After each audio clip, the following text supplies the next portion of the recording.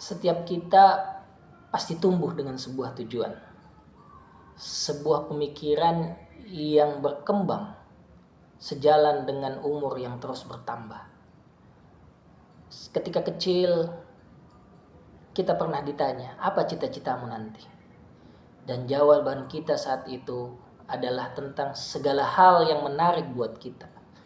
Sesuatu yang membuat kita merasa tertantang, dan sesuatu yang mungkin kita rasa akan memberikan kebahagiaan bagi kita. Tapi dengan bertambahnya umur, kita mulai belajar. Ada hal-hal baru yang masuk ke dalam pikiran kita, yang kita dapatkan dari setiap pengalaman yang datang. Dan kita mulai menyadari bahwa opsi kita tidak seluas bayangan kita ketika masih kecil. Ada batasan-batasan yang menghalangi. Ada rintangan-rintangan yang kemudian kita berpikir ulang, membuat kita berpikir ulang bahwa tidak semua pilihan harus diraih. Kita mulai menghapus list-list yang telah kita buat. Kita mulai menjadi lebih realistis untuk mencapai apa yang mungkin dan melupakan apa yang tak mungkin tergapai. Ketika proses ini terus berjalan, di suatu masa mungkin kita akan sampai berada di suatu titik yang mana kita merasa keinginan-keinginan yang ada dalam pikiran kita, segala sesuatu yang kita inginkan menjadi sulit untuk didapatkan, sulit untuk tergapai. Kita melihat realitas bahwasanya kita punya terlalu banyak ketidakmampuan yang membuat kita merasa bingung untuk mencari apa yang sebenarnya kita inginkan. Karena kondisinya ketika dalam pikiran kita menginginkan sesuatu, tapi di sisi lain kita menyadari bahwasanya itu adalah sesuatu yang tidak mungkin untuk kita dapatkan, maka yang terjadi adalah kebingungan. Sesuatu yang realistis buat kita, tapi ketika kita tidak menginginkan itu, maka kita akan menjalaninya dengan selayaknya itu sebuah siksaan. Sesuatu hal yang tidak kita nikmati. Sesuatu hal yang terus terjadi karena keterpaksaan. Maka sudah tentu dalam diri kita akan muncul perlawanan-perlawanan untuk menghentikan segala sesuatu yang mungkin kita terpaksa untuk melakukan. Tapi di sisi lain kita juga menyadari bahwa sesuatu yang kita inginkan itu sesuatu yang terlalu jauh, mungkin terlalu besar, sulit untuk kita dapatkan. Dan kita tidak punya toolsnya, kita tidak punya alat-alatnya untuk bagaimana memulai langkah untuk mendapatkan itu. Maka kadang kemudian yang terjadi adalah kita stuck. Kita meninggalkan aktivitas-aktivitas yang sebelumnya kita lakukan dengan keterpaksaan. Dan di sisi lain kita tidak bisa memulai untuk mendapatkan apa yang selama ini kita inginkan. Karena kita merasa bahwasanya apa yang ada pada kita, apa yang kita miliki dan sesuatu yang tersedia itu tidak mungkin digunakan untuk mencapai apa yang kita inginkan. Di satu sisi mungkin kita berpikir betapa indahnya, betapa enaknya ketika kita menjadi sesuatu yang kita inginkan. Tapi di sisi lain kita menyadari kondisi bahwa untuk mendapatkan apa yang kita inginkan itu kita tidak mempunyai segala sesuatu yang dibutuhkan untuk mendapatkan itu. Diri kita tidak, istilahnya tidak terdesain, istilah lainnya mungkin not qualified, tidak mencukupi untuk menjadi sosok tersebut, untuk memiliki kehidupan yang seperti itu. Maka kita akan terperangkap dalam zona keraguan, di suatu zona yang mana kita tidak menginginkan apa yang tersedia buat diri kita, tapi di sisi lain kita juga merasa diri kita tidak mungkin mendapatkan apa yang kita inginkan. Ya. Dan di situ kita akan mulai merasakan bahwasanya ada satu hal yang menghalangi kita. Suatu hal yang membuat kita tidak bisa melakukan apa-apa. Istilahnya mungkin kita bisa katakan sebagai ego. Ada gengsi. Ada perasaan yang kemudian membuat kita tertahan untuk melakukan sesuatu. Ya. Ketika melakukan sesuatu yang mungkin dilakukan, kita takut akan munculnya keterpaksaan tadi yang membuat kita terhenti, yang membuat kita tidak menikmati apa yang kita lakukan. Tapi di sisi lain ketika ingin mengejar apa yang diinginkan, ada perasaan dalam diri yang mengatakan kita itu belum mencukupi untuk itu. Apa yang tersedia di sekitar kita itu tidak akan cukup untuk membantu, untuk membuat kita mewujudkan hal tersebut. Ada ego yang muncul, ada gengsi yang kemudian semakin memupuk keraguan dalam diri kita dan sehingga membuat kita tidak melakukan apa-apa. Ya. Dan ketika kita mulai mencari jawaban, mulai mencari bantuan orang lain untuk siapa tahu mungkin dia mempunyai jalan. Ya. Gengsi ini menjadi halangan. Karena mungkin kita takut pencitraan yang telah kita buat, yang telah kita ciptakan untuk sekeliling kita, itu akan ternodai, akan tercemar ketika kita mulai mencari bantuan atau mulai untuk bertanya kepada orang lain, seolah-olah diri kita ini tidak mampu. Jadi gengsi yang menahan kita. Kita takut ketika kita mulai meminta bantuan atau mulai bertanya, mencari tahu, kita akan dianggap bodoh, dianggap lemah, dianggap tidak bisa.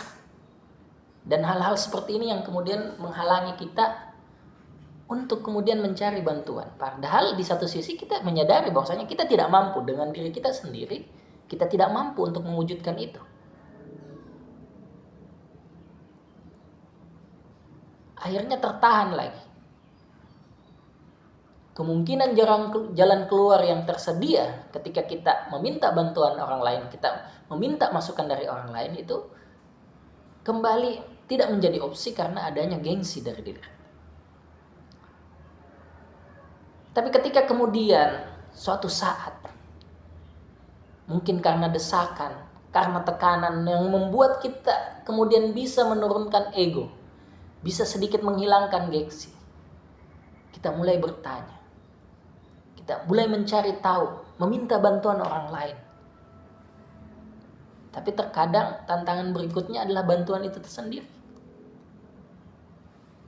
Jawaban yang kita dapatkan, panduan yang diberikan, ternyata buat kita itu tidak sejalan dengan jawaban yang kita inginkan.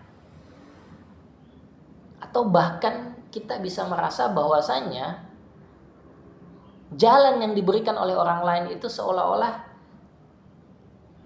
kita ini hanya menjadi alat. Kita hanya menjadi batu loncatan bagi orang lain. Kita merasa ketika kita diberikan bantuan, diberikan jalan, yang kita tangkap adalah sepertinya usulan yang diberikan, panduan yang ada, itu seolah-olah membuat kita membantu mereka untuk mencapai keinginan mereka. Ya. Jadi kembali rasa nyaman, ya rasa tidak nyaman itu muncul. Oke lah, kita sudah diberikan jalan, sudah diberitahu apa yang harus dilakukan. Tetapi ketika kita mulai melakukan hal tersebut, mulai menjalankannya, kita merasa bahwasanya orang yang paling banyak mendapatkan manfaat dari apa yang kita lakukan itu bukan diri kita sendiri, tapi orang yang memandu kita, orang yang memberikan kita jawaban dari permasalahan yang kita sampaikan. Ya. Jadi kembali kita harus mengevaluasi. Ya. Di mana sebenarnya jawabannya? Ya. Tapi kalau kita mulai berpikir, mulai mencari tahu, sebenarnya jawabannya itu tidak jauh.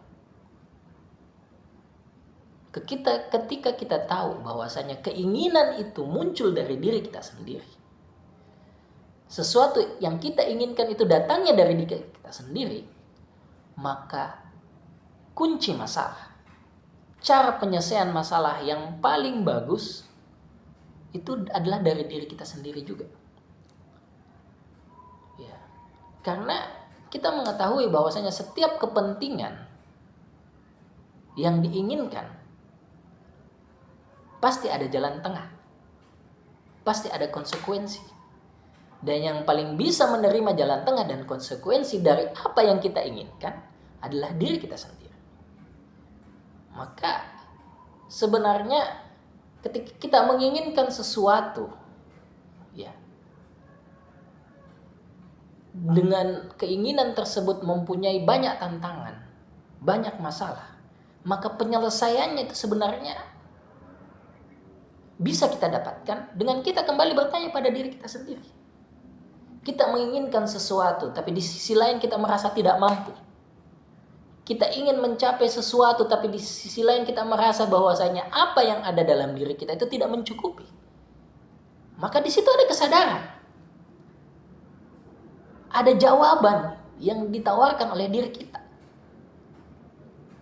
Entah itu kita meningkatkan kualitas kita, entah itu kita mencari hal-hal yang kita anggap kurang, atau kita mulai menurunkan keinginan-keinginan itu, atau kita mulai mencoba mencari kesuksesan atau keinginan-keinginan yang lebih realistis. Ya. Jawabannya ada pada diri kita. Kita mengenali diri kita, kita tahu apa yang kita punya. Maka dari situ kita juga bisa tahu apa yang mungkin tercapai oleh kita. Apa sesuatu yang kita miliki alatnya, kita miliki jalannya untuk dicapai. Ya. Jadi ketika kita menginginkan sesuatu, oke lah mungkin kita melihat sesuatu inspirasinya dari tempat lain. Kita melihat teman kita yang mungkin hidupnya lebih mudah.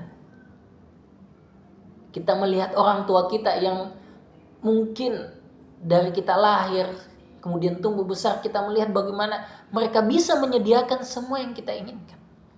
Atau mungkin lebih parah lagi, kita melihat kehidupan orang di media sosial, di layar HP kita, di layar tab televisi kita yang kemudian kita lihat begitu enaknya. Itu yang menjadi keinginan kita. Tapi di sisi lain, ketika kita mulai menintrospeksi diri, mulai mengevaluasi diri, kita bisa menyesuaikan keinginan-keinginan itu berdasarkan pemahaman kita terhadap diri kita sendiri. Ya. Kebahagiaan kita bisa kita ciptakan dari diri kita sendiri. Kita bisa menciptakan standar kita sendiri. Ya. Kepuasan, titik kepuasan kita tidak perlu setinggi teman kita. Tidak perlu selevel dengan orang tua kita, tidak perlu menyamai apa yang kita lihat di media sosial. Yang perlu kita hargai adalah setiap pencapaian yang sebelumnya kita tidak mampu, kita perlu apresiasi. Puji diri kita. Ketika dulu kita setengah mati mungkin untuk hanya mendapatkan nilai 7 dalam pelajaran, kita stagnan di 5, 6, 4. Tapi ketika suatu saat kita mendapatkan nilai 7, jangan lihat teman kita yang nilainya 9, 10. Ya. Jangan lihat itu. Lihat, kita berhasil. Kita sudah bisa mendapatkan nilai 7. Dan itu adalah sebuah pencapaian, sebuah peningkatan, sebuah keberhasilan untuk membuat diri kita lebih baik. Di situ inti. Jadi menciptakan keinginan sesuai dengan pemahaman kita terhadap diri kita sendiri. Kita harus mengenali dulu. Ketika kita menginginkan sesuatu, kita harus kenali siapa kita. Apa yang kita miliki, kemampuan apa yang ada pada kita.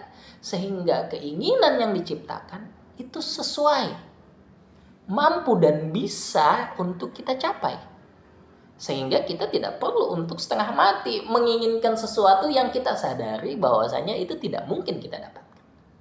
Ketika keinginan itu dibuat berdasarkan pemahaman diri kita terhadap diri sendiri, apa yang pada kita, maka keinginan yang muncul adalah keinginan-keinginan yang sesuai dengan diri kita. Keinginan yang dengan pemahaman kita terhadap diri kita sendiri, kita tahu bahwasanya kita mampu untuk mendapatkan itu. Ya. Dan kita harus memahami diri kita sendiri. Ya. Kita harus memahami bahwasanya kita ini bukan Tuhan, kita ini bukan malaikat, kita punya kekurangan. Ada sesuatu yang kita tidak miliki. Ada hal-hal yang kita tidak mampu. Dan kita harus menerima itu. Kita harus bisa memahami bahwasanya sebagai manusia kita punya batasan. Dan kita harus memberi ruang untuk itu. Kita harus menikmati itu. Kekurangan-kekurangan kita jangan dijadikan beban pikiran. Jangan dijadikan sesuatu yang membuat kita galau, stres, frustasi. Tidak. Terima kekurangannya. Pahami diri kita. Ya, sebagai manusia, saya pasti punya kekurangan. Sebagai manusia, saya pasti mempunyai hal-hal yang tidak mampu. Saya pasti melakukan hal-hal yang mungkin saya tahu itu tidak baik, itu tidak bagus, tapi itu terjadi. Itu yang harus terjadi. Ya, jadi jangan terlalu, ya kita punya ekspektasi, kita punya keinginan. Tapi ketika kita terlalu perfeksionis, kita terlalu memaksa diri kita untuk di level sempurna, tidak mempunyai kekurangan, tidak melakukan kesalahan, berarti kembali kita menetapkan sesuatu ketidakmungkinan untuk diri kita. Oke?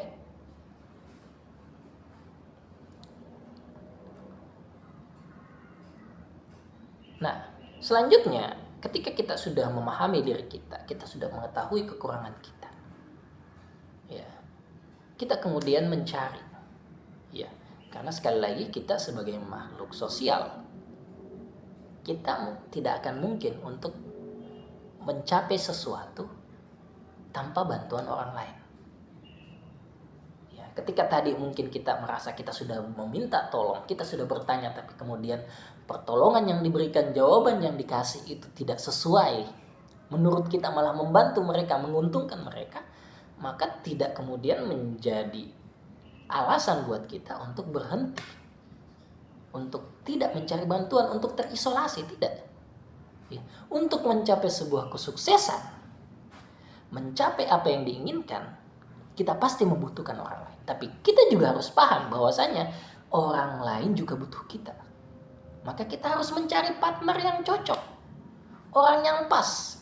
Ya. Tidak perlu dia memiliki keinginan yang sama dengan kita, tapi kita tahu dengan keberadaan diri dia dalam usaha kita akan mendapatkan manfaat, benefit yang sama dengan manfaat dan benefit yang dia dapatkan.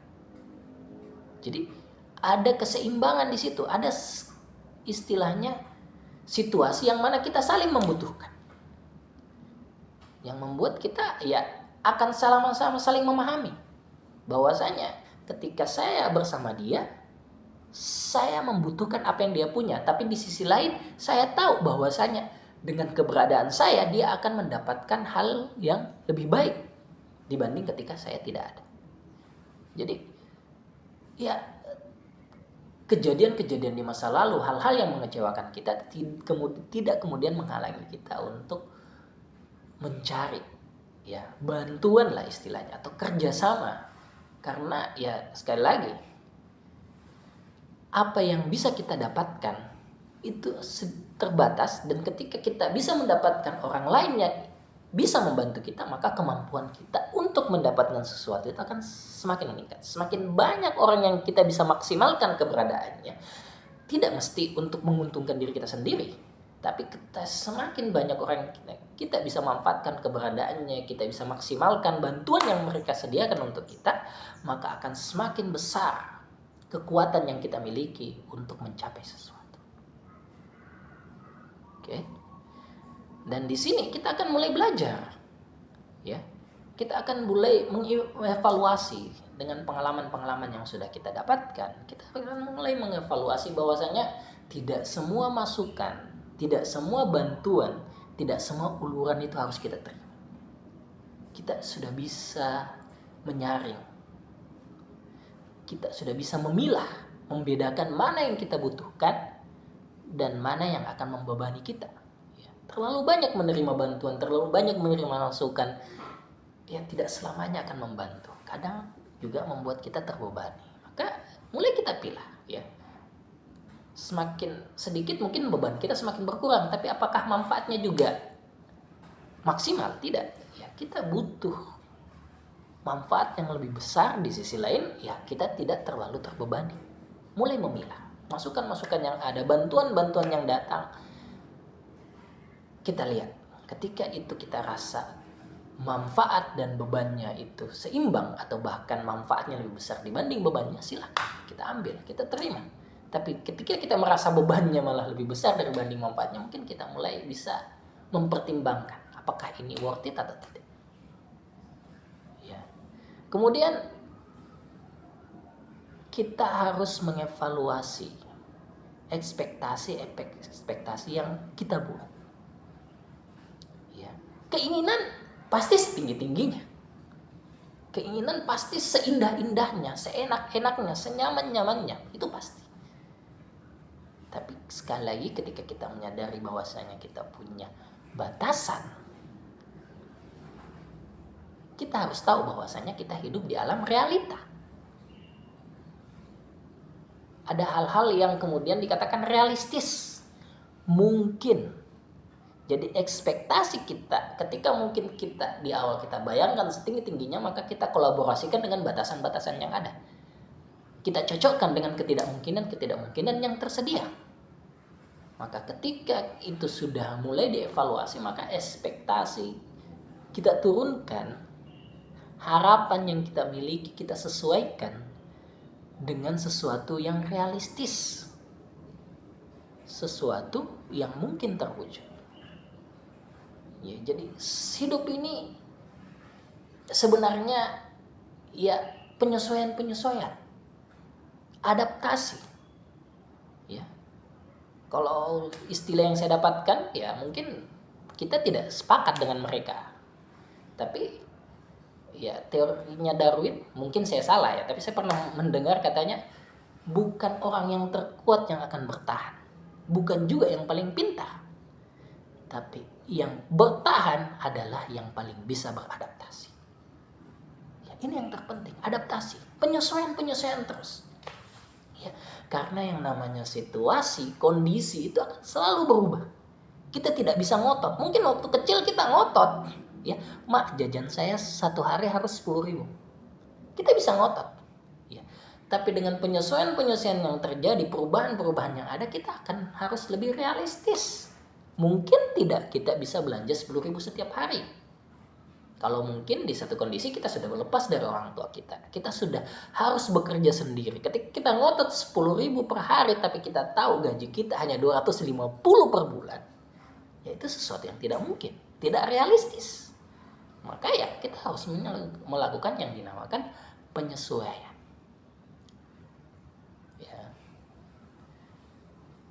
Kemudian kita juga harus menyadari satu hal, ya, kita itu stuck. Ketika kita terhenti dalam suatu situasi, ya, itu bukan berarti kita gagal. Ya, mungkin ini berat, ini sebuah kesimpulan yang cukup berat untuk kemudian kita bisa terima karena kita tahu, ya, everything change, segala sesuatu itu pasti berubah. Dan kita begitu saja, ya, kita tidak semakin memburuk, tapi juga tidak semakin membaik. Ya kita di situ-situ saja. Tapi ketika kita melihat kondisi sekitar kita yang terus berubah, ya, dan kita pasti melihat sisi positifnya. Kita akan melihat, wah semakin membaik orang-orang di sekitar kita, semakin bagus nih orang yang saya follow, hidupnya semakin meningkat terus. Ya karena kalau dia menurun, dia akan tenggelam, tertanam, kita nggak akan lihat dia lagi. Kita pernah pikir nggak orang siapa yang kita nonton YouTube-nya 10 tahun lalu? Di mana mereka? Tidak, kita terus fokus sama orang-orang yang sukses. Orang-orang yang muncul. Kita sekarang mungkin mengikuti Timothy Ronald. Siapa lagi? Ya banyak. Mungkin sekarang kita fokus pada orang-orang yang ngomong tentang bisnis, bagaimana mencari cuan dan lain-lain. Kita ingat enggak 10 tahun lalu mungkin atau 15 tahun lalu yang kita nontonin di YouTube siapa? Mungkin ya orang yang cuma joget-joget. Orang cuma yang nyanyi-nyanyi bikin video lucu. Ya. Jadi ketika kita stuck, kita tertahan di suatu kondisi, kita mungkin tidak gagal. Ya. Karena ketika kita ingin mencapai sebuah peningkatan, ya kita perlu juga untuk merancang, kita perlu untuk mengorganisir, untuk merencanakan. Dan ketika kita melakukan hal-hal tersebut, maka kondisi paling idealnya adalah ketika kita, yaitu tadi, stuck, terhenti di suatu tempat, kita terdiam, bertahan, kemudian mengevaluasi. Karena ketika kita terlalu bergerak terus, ya seperti orang yang tarik tambang nanti kita, ya ketika terus menarik lama-lama energi kita akan habis. Dan ketika energi kita habis, yang terjadi ya kita akan pasrah, tertarik begitu saja. Tapi ketika kita menarik dan kemudian kita merasa mulai otot kita mulai terlalu tegang, terlalu keras, maka kita akan bertahan dulu untuk tetap menahan talinya, tapi tidak juga memaksa untuk otot kita untuk terus berkembang. Ya, tarik napas, sesuaikan dulu kekuatan, relaksasi sedikit. Tapi ya itu tadi, kita merencanakan. Jadi ketika kita stuck, ya bukan berarti kita gagal, tidak. Selama stuck itu tidak diisi dengan kesia-siaan. Ya, kita stuck tapi kemudian kita tetap memandang ke depan. Kita mencari penyesuaian apa yang memungkinkan. Ya. Dan ya selama stagnasi itu ya jangan sampai kita terlalu terlena. Jangan sampai kita ya melakukan terlalu banyak hal negatif. Ya maka ketika terlalu banyak melakukan itu ya pasti pikiran kita juga akan negatif terus. Ya tetap ambil inisiatif. Kalau kita mungkin tidak bekerja, tiba-tiba nganggur, ya lakukan sesuatu. Jangan berdiam diri saja ya. Paling tidak ya jalan keluar. Ya. Karena kadang ketika kita berdiam diri, apalagi kalau kita main HP, melihat layar, itu otak kita tidak berpikir. Ya, kalau istilah sekarang brain rot, lama-lama otak kita malah mati. Tapi ketika kita berpikir, ya kita singkirkan HP kita beberapa saat, kita ambil cara untuk evaluasi diri, mungkin ada pikiran-pikiran positif yang akan datang. Ya, karena orang tidak akan menikmati. Ketika pikirannya penuh hal-hal negatif, itu tidak akan nikmat. Jadi stres. Kan? Ya mungkin awalnya negatif terus yang muncul, stres, tapi orang pasti terus mencari celah. Sisi positifnya mana? Ya apalagi kalau kita berpikirnya tidak sambil berdiam diri, sambil berjalan kah, sambil nge-gym kah, melakukan olahraga, workout dan lain-lain, itu biasanya akan muncul pikiran-pikiran positif di sela-sela kenegatifan yang memenuhi diri kita. Nah ketika itu datang, ya kita tinggal fokus pada hal-hal positif itu, untuk bagaimana ya kepositifan itu kita maksimalkan. Kita lihat sisi-sisi positif yang ada dari diri kita. Kita lihat harapan-harapan yang realistis yang masih kita punyai. Ya. Fokusnya ke sana. Ya, dan ketika kita mungkin stuck, tidak melakukan apa-apa, hidup sendiri, kesendirian itu bisa menjadi hal yang positif. Ketika kesendirian itu kita gunakan untuk tadi, untuk lebih mengenali diri kita. Kita tahu kekurangan kita apa saja. Kita bisa mulai memilih kekurangan apa yang mungkin bisa saya kurangi. hal-hal negatif apa yang mungkin bisa mulai saya usahakan untuk stop atau minimal saya hindari. Ya. Apa sisi positif yang saya miliki? Kemampuan apa yang masih ada sama diri saya yang itu bisa membuka peluang saya untuk mencari sesuatu hal yang baru yang bisa membuat diri saya berkembang. Ya. Jadi sampai di sini dulu intinya, ya itu tadi yang namanya kehidupan. Kita akan lewati itu semua dengan penyesuaian, adaptasi. Selalu ada penyesuaian karena segala sesuatu itu berubah. Dan yang terpenting dalam hidup ini adalah bagaimana kita bisa memahami diri kita. Kita kenali diri kita, kita tahu diri kita, maka kita akan mendapatkan jalan keluar dari setiap masalah yang ada pada kita. Terima kasih.